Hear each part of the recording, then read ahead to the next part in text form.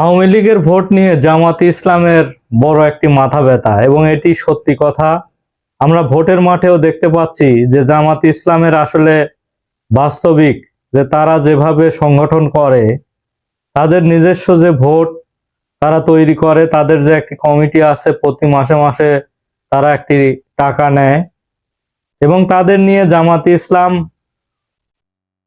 এককভাবে তারা একটি সংগঠন করে, এবং বিভিন্নভাবে তারা দেখা যাচ্ছে যে তাদের যে ভোটগুলো তাদের শুধু নিজস্ব, কিন্তু সাধারণ মানুষের ভোট এখন পর্যন্ত এই জামাতে ইসলাম আনতে পারছে না। তারা একটাই হাইপ তুলেছে যে বিএনপির বিরুদ্ধে তাদের একটাই অস্ত্র, যে বিএনপি চাঁদাবাজ, এই ধরনের উক্তি করছে। এবং আমরা এই দেখেছি যে জামাতে ইসলাম প্রথম থেকে তারা একটি রাজনীতি করছে, সেটি হলো যে জামাতে ইসলাম কখনোই আওয়ামী লীগের বিরুদ্ধে, এই 5 আগস্টের পর থেকে আওয়ামী লীগের বিরুদ্ধে কোনো মামলা করেনি বা তাদের সাথে সরাসরি কোনো সংঘাতে জড়ায়নি।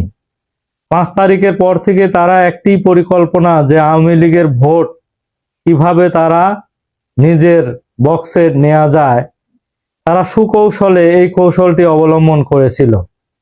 এটি অনেকেই সোশ্যাল মিডিয়া বিভিন্নভাবে আলাপ করছে, কিন্তু আমরা বাস্তবিক অর্থে এটি দেখতে পাচ্ছি যে জামাতে ইসলাম প্রথম থেকেই তাদের একটি সুপরিকল্পনা, যে আওয়ামী লীগের যে একটি ভোট বক্স রয়েছে, বাংলাদেশে তো বৃহৎ দুইটি দল বিএনপি এবং আওয়ামী লীগ, পরপর যখন নিরপেক্ষ ভোট হয়েছে, আমরা দেখেছি যে আওয়ামী লীগ যদি 30% ভোট পেয়ে থাকে, তাহলে বিএনপি 30% ভোট চায়, এবং বাকি যে ভোট, বিভিন্ন ভাসমান ভোট রয়েছে বাংলাদেশে, যে তারা নিরপেক্ষ।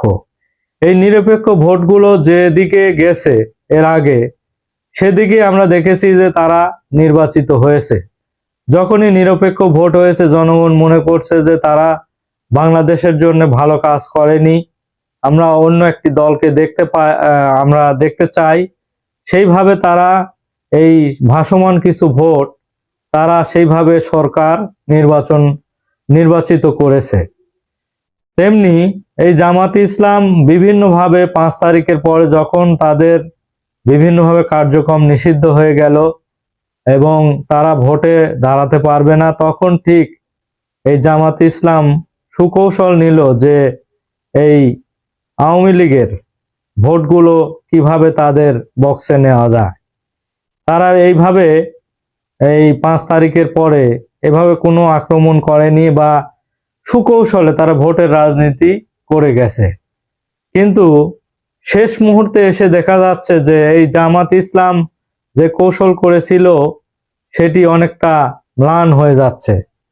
ভোটের মাঠে তারা যেভাবে আওয়ামী লীগের ভোট টানতে চেয়েছিল, এবং তারা যেভাবে স্বাধীনতা বিরোধী করেছে, এবং বিভিন্নভাবে আওয়ামী লীগ প্রথম অবস্থায় তারা কিছুটা বিএনপি কার্যক্রম দেখে বিএনপির বিরোধিতা করেছে, কিন্তু সারা বাংলাদেশে যেহেতু তারেক জোয়ারে ভাসছে এবং বিএনপির একটি হাইপ উঠেছে যে বিএনপি আগামী 13 জাতীয় সংসদ নির্বাচনে জয়লাভ করবে, এবং তারেক রহমান যেখানে যাচ্ছে সেখানেই আসলে দেখা যাচ্ছে যে মানুষের ঢল, লক্ষ লক্ষ লোক সেখানে জামায়াত হচ্ছে।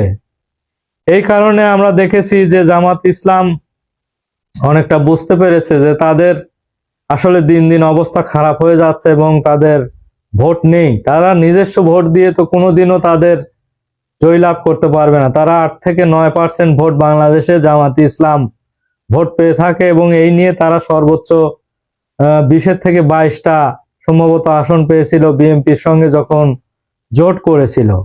কিন্তু জামাত ইসলাম এমন কিছু হয়ে যায়নি যে রাতারাতি তারা 150 থেকে 200টি আসন নিয়ে তারা সরকার গঠন করবে।